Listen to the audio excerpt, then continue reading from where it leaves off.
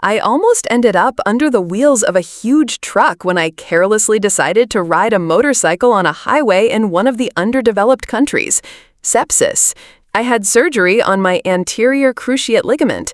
Everything was fine for 2 or 3 weeks. The stitches were removed, and 5 days later, the condition deteriorated sharply.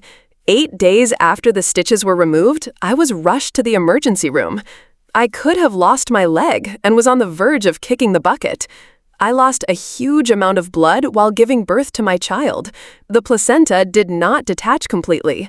It had to be removed manually. Something similar happened to a woman I shared a room with in the hospital. She lost about 2 liters of blood in a matter of minutes. She survived only because the doctor grabbed her with his hands and clamped all her vessels until the other medics took her to emergency surgery.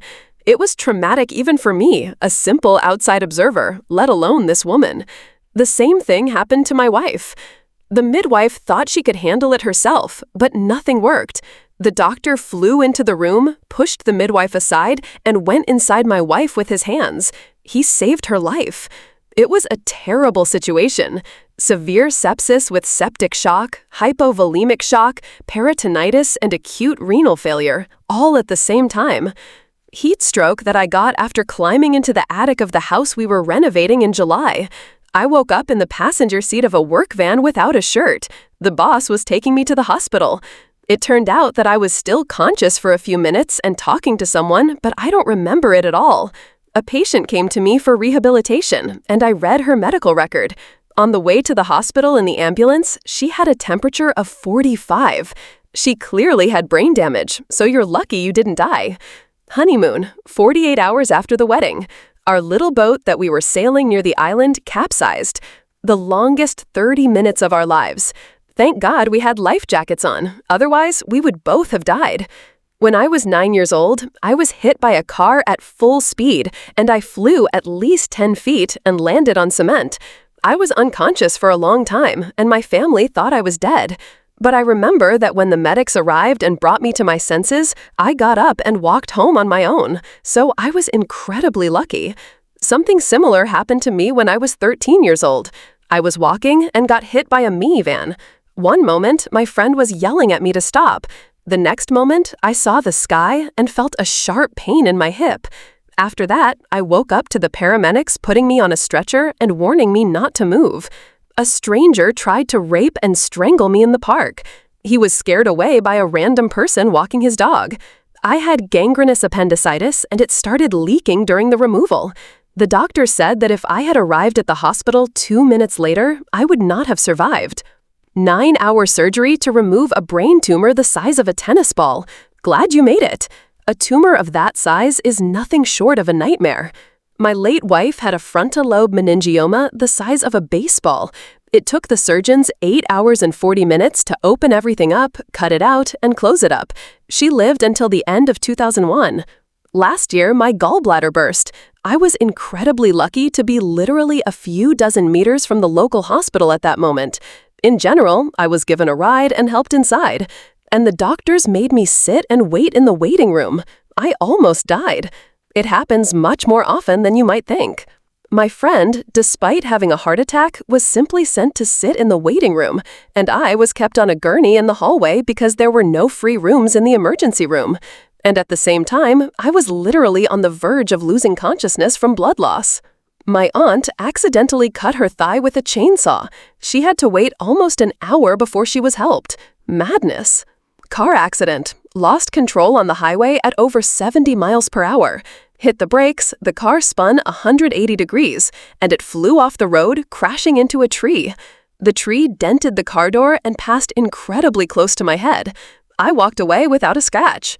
God bless the designers of the Honda Civic. I was at ground zero, at the epicenter of 9/11 when both towers collapsed. It was a damn scary experience.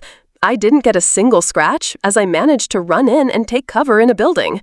Edited. Thank you all for your kind words of support and concern for my health. Sorry for not sharing the details.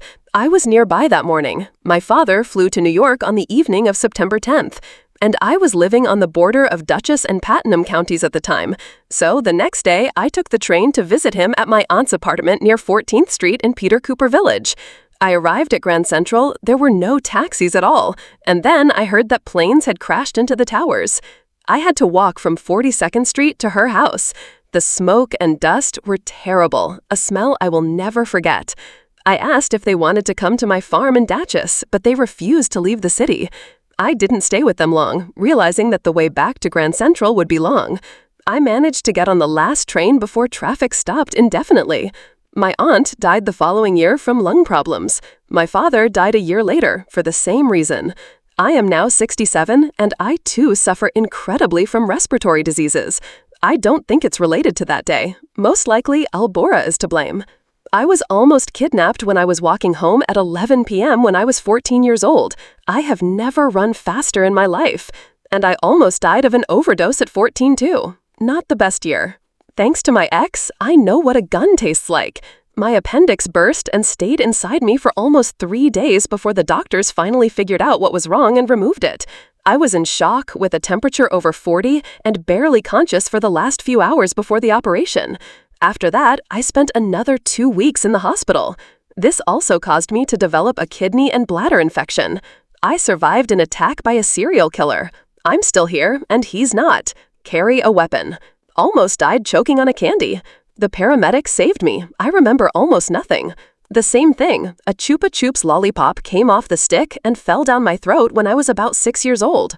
I had the same thing happen to me with a Charms Blow Pop about 25 years ago on Thanksgiving Day. I was lying on the couch early in the morning watching TV. I got up to put the turkey in the oven while everyone else was still asleep. The head of the candy fell off and plugged my esophagus like a cork. I gave myself the Heimlich maneuver, leaning against a chair in the living room. The force with which I did it left a bruise on my stomach that didn't go away for about a month. My appendix burst and the infection spread very quickly throughout my body. I had a temperature over 40 and I felt like I was dying. I had emergency surgery and I spent the next 2 weeks in the hospital. The same thing. I went to the doctor with abdominal pain. They told me everything was fine. And a week later, I was walking alone, felt a sharp pain, and had to literally crawl to the nearest store. They called an ambulance. The doctor was calm until apparently he got the test results and said, "Holy crap, you need surgery urgently." I was in the hospital for more than a month because all my insides were infected due to the burst appendix. During this time, I lost about 6 kilograms, the best diet of my life. When I was 5 years old, my family and our friends went for a boat ride. We found a nice shady spot under a rock, and as a result of a freak accident, a huge boulder collapsed from it right onto me and another 5-year-old girl. The stone was so big and heavy that 4 adult men tried to move it, but to no avail, so they had to literally dig us out from under it. When we were pulled out, the girl, unfortunately, had already died from a traumatic brain injury, and I somehow only ended up with a broken arm and a concussion. I'm in my 30s now, and it's become a source of many jokes about how tough my head is. When I was a child, I was hit by a car. My skull literally cracked from hitting the asphalt. I don't remember the moment of the accident at all, only how a few minutes before that I left the house and then woke up on the couch when the ambulance crew was moving our kitchen table to bring in the stretcher. I tried to say something to my father because he looked terribly depressed and I wanted to reassure him like everything is fine, but complete gibberish came out of my mouth, which of course only scared him more, lol. The strangest thing is that I was alone on a bicycle, and after I was hit, I supposedly just got up and went home. It's very strange to realize that a solid period of time has fallen out of your memory. Apparently, I was in shock. I spent several weeks in the hospital, but in the end, everything worked out. And then, to complete the picture, I almost died of blood loss during childbirth. It was fun. July 26th, 2014. My ex-husband put a knife to me and forced me to take a lethal dose of sleeping pills, Tylenol 3, and antidepressants. According to medical records, I was clinically dead at least once in the emergency room. After that, he arranged for me to be sent to a psychiatric ward. Less than a day before that, he and his son, my former stepson, tried to strangle me in front of my own child. I was arrested for defending myself, and he was not arrested, despite the handprints on my neck and the fact that he cut the phone cable so I couldn't call for help. Oh God, what is the situation now? I still have a permanent protection order, PPO, against him.